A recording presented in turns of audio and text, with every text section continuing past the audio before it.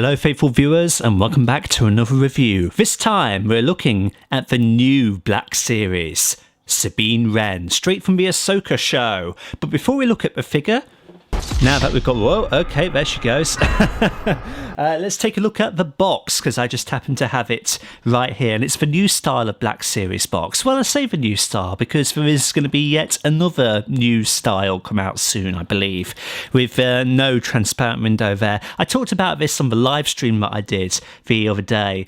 And I'm just surprised, actually, that the Sabine came in this style box. Pleasantly surprised, I suppose. So, yep, you can see it's the current standard Sabine Wren on the front there from Star Wars Ahsoka. You've got the mural painting of her, I suppose that's what it's meant to be, on the side there. You can stack all of the Ahsoka ranges together and you can get one long piece of artwork. So that's her right there. On the back you have the same image and it reads, set after the fall of the Empire, Ahsoka follows former Jedi Knight Ahsoka Tano as she investigates an emerging threat to a vulnerable galaxy. Spoilers, it's Thrawn.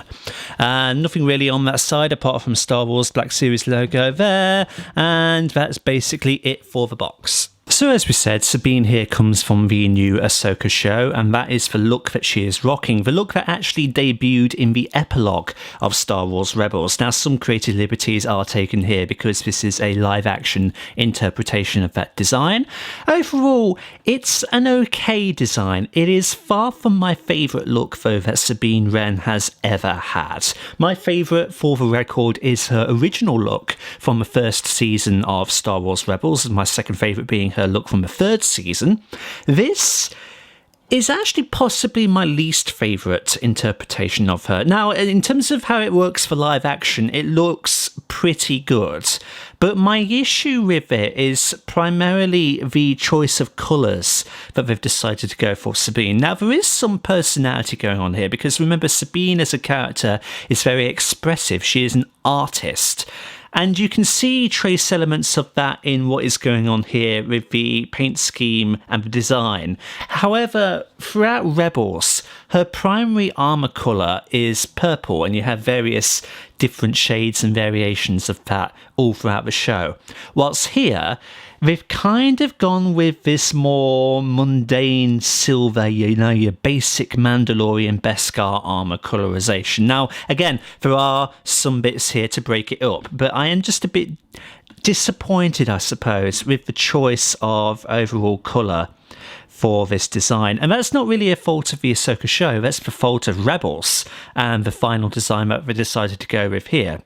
But anyway, we'll comment on the colours again in a minute. So let's take a look at this head sculpt, and they are using the photoreal face thing that we do for Black Series now. So this is heavily based upon Sabine's live action actor, which is Natasha Liu Bordizzo, and I think it's a very good likeness indeed. They've captured her very well, right down to the beauty spot that she's got on her cheek.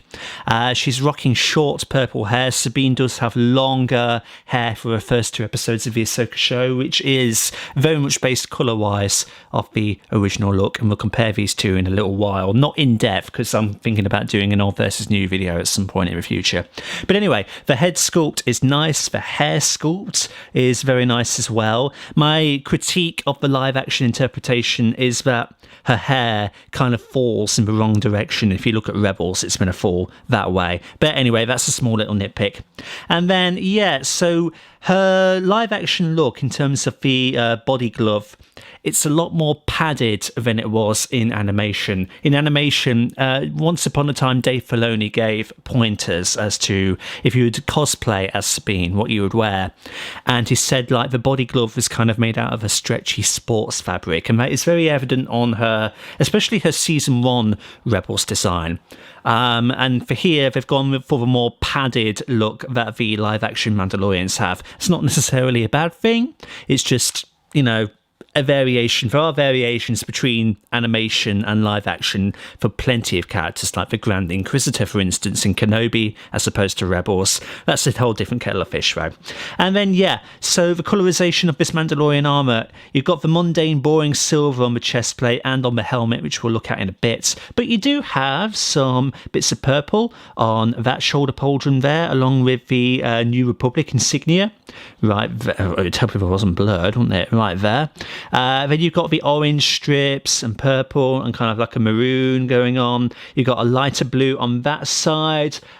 She changes up her insignia on her pauldron every so often. What that one specifically is, I couldn't possibly tell you. It might be a purrgil.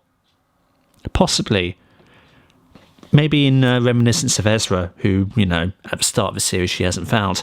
You've got a purple strip running along the back there. This is another variation difference between her live action and animation counterpart. In animation, she didn't have this back panel here, but, live action she does, but whatever. It's fine. She has spots of yellow on her van braces there, so that's cool. Fingerless gloves. She's rocking her double belt. She does have in animation. It debuts around about halfway through season 1. In animation, the top belt is thicker, but live action it's not. Whatever.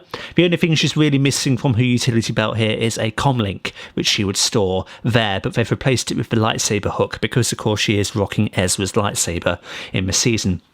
We'll look at the Rastar pistols in greater detail in a little bit, but they just slot nicely into the holsters there.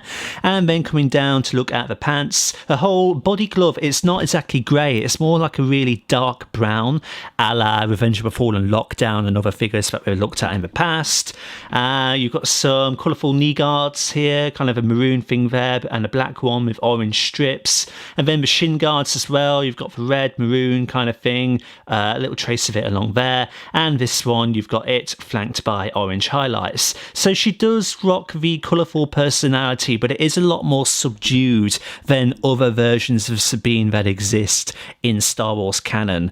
And I prefer Sabine to have a bit more strikingly colourful armour, but there could be an in-narrative reason for why it looks like this.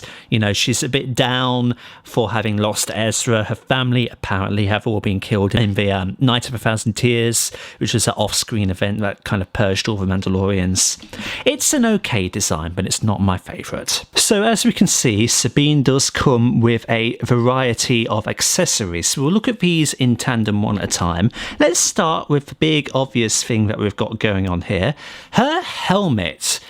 It's once again this kind of mundane dark silver grey kind of thing, and I don't know, again, I like my Sabines a lot more colourful. It is rocking some of the darker maroon purple kind of thing that is synonymous with the character. And we've got these white slashes on the crest of the head as well. It does retain a very similar look to how it does in animation. The translation to live action is very nice. And then you've got some maroon colorization on the back there.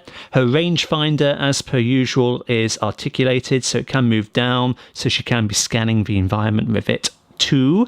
And in contrast to the original Sabine figure, this fits over her head nicely without issue. It is not a bugger to take off, and it is certainly not a bugger to put on, so that's really nice. They've improved it in that regard.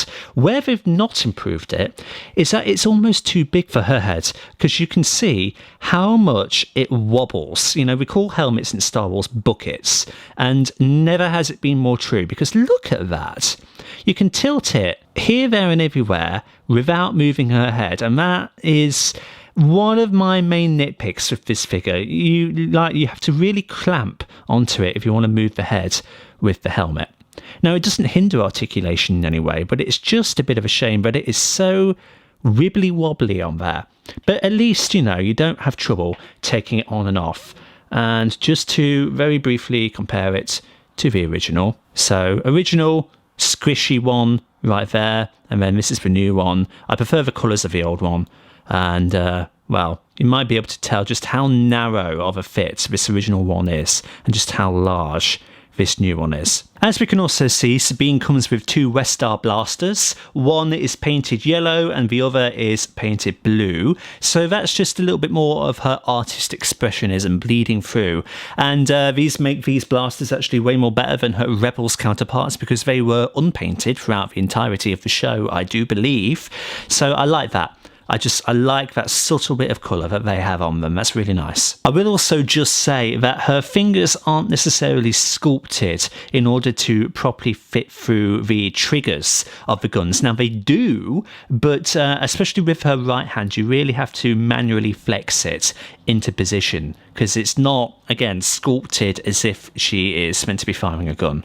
And that's to accommodate, really, her next accessory. Yes, Sabine's final accessory is Ezra Bridger's second lightsaber, except this raises the debate once again. Is it Ezra's lightsaber or is it Sabine's lightsaber? Write down in the comments, debate. The show itself actually comments about this, surprisingly, and it seems to determine it is now Sabine's lightsaber because she's made modifications to it since it was Ezra's. Indeed, the pommel is actually different. Well, the emitter ring, because on Ezra's it was a lot smaller. It was a lot more like Obi-Wan's from Revenge of the Sith or Luke's from Return of the Jedi. And what Sabine has actually added onto it is kind of a more like, I was going to use the word throttle, but it's I'm going to point with the blade. It's got prongs now either side of it, so that's the core difference. I think the handle is meant to have a lot more silver, like especially here, so a little bit of painting mishap has gone away with that. It can hang on a belt, as you can see. It just hooks very nicely on, no trouble getting it on and off whatsoever, unlike Jaina Solo's lightsaber, and that's a pain in the arse to get on and off. But there's like a little loop on the bottom of it there. She's going to fall over. Down she goes. It's an okay looking thing. Again, like the paint could be a little bit more, but it is the new style of lightsaber. So you've got the thicker lightsaber blade here, which is really nice in comparison to the old super thin ones that always feel like they're going to break or fall off. And indeed, with the rear end here of the blade where the peg is, you've got sculpted little grooves there which fit nicely around the emitter of the lightsaber, so you have to plug it in a very specific way, and that prevents it from actually falling out. Now let's see, it's that way, like that. That just hooks in nicely, and that is a very secure fit. That's not going to go anywhere. And then of course Sabine's hands are sculpted that she can just hold that lightsaber, and this has now become her primary weapon in the show. Surely she can hold it. I've not actually experimented with her holding it in two hands, but she's got to be able to. Yeah, there we go. There we go, yeah. Plenty of posable options that you got going on with this figure, which leads us nicely into the articulation section of this video. In terms of articulation, Sabine is full of it. So her head is on a ball joint, and it's got 360 degrees of rotation. It can look up that far, and she can look down that far, so that's beautiful. In terms of the shoulders, you've got 360 rotation there. They can spread out that far. She's got 90 degree bend at the elbow. She has got 360 elbow rotation at the wrist. She's got 360 wrist articulation, and then there is a little bit of up and down there to accommodate a blaster or a lightsaber. In terms of the torso, she can do the limbo about that much, and a bit of an ab crunch, not terribly much, but that's just because of the way her Beskar armor is sculpted around her midriff like that. She can rotate at the lower torso 360 degrees. She can forward kick that far. She can back kick realistically, and she has a beautiful spread, and this is part and parcel because of the new joint system that we've got going on here. Black Series figures are now ball jointed at the hips. What's the old style of Black Series? They weren't, and they had upper thigh rotation as well. I much prefer this. This is just, it looks so much nicer, and the old style Black Series figures had a hard time, some of them, actually rotating at the upper leg. This doesn't. This is so beautiful. In terms of a knee, you've got 90 degrees of bend there. You've got 360 degrees of rotation at the knee as well. Then coming to the ankles, you've got up and down rockers, and you've got ankle pivot there. So overall articulation is marvelous. So here we go then, full size comparison. Here is the new Sabine on the left, compared to the original Sabine on the right, which represents her from season 1 of Rebels. And I won't go into this in too great a detail because at some point I do want to do an old versus new. But the one on the left, the new one, is light years ahead of the original in terms of quality. I do really still love the original, don't get me wrong. I love it to bits, and I always will because it was my first Black Series figure. But just in almost every way, apart from the overall design, the new one is the far superior figure. And then there's a quick look at the two Sabines together with their helmets on. Here's the new Sabine Wren up against the Mandalorian Season 2 Bo-Katan. Here she is with Cosca Reeves, who is another figure that I had the criticism of having just kind of a bland armor colour scheme. Maybe I was a little bit too harsh on her, but even in this comparison, you can see Sabine does have a little bit more personality in hers than Cosca, even if I think that this is one of the dullest Sabine looks that is out there. And then there's a quick look at all of our live-action Mandalorians together with their helmets on. Here is Sabine with Ahsoka from the Siege of Mandalore Clone Wars event. Here's Sabine with Transformers Prime First Edition RC. And then finally, here's Sabine with Marvel Legends Spider-Man Far From Home Mysterio. So that has been our look at the new Ahsoka Show Black Series Sabine Wren. I do think that this is a wonderful figure. I don't have many bad things to say about it at all, other than just general nitpicks about my personal preference of Sabine Wren design.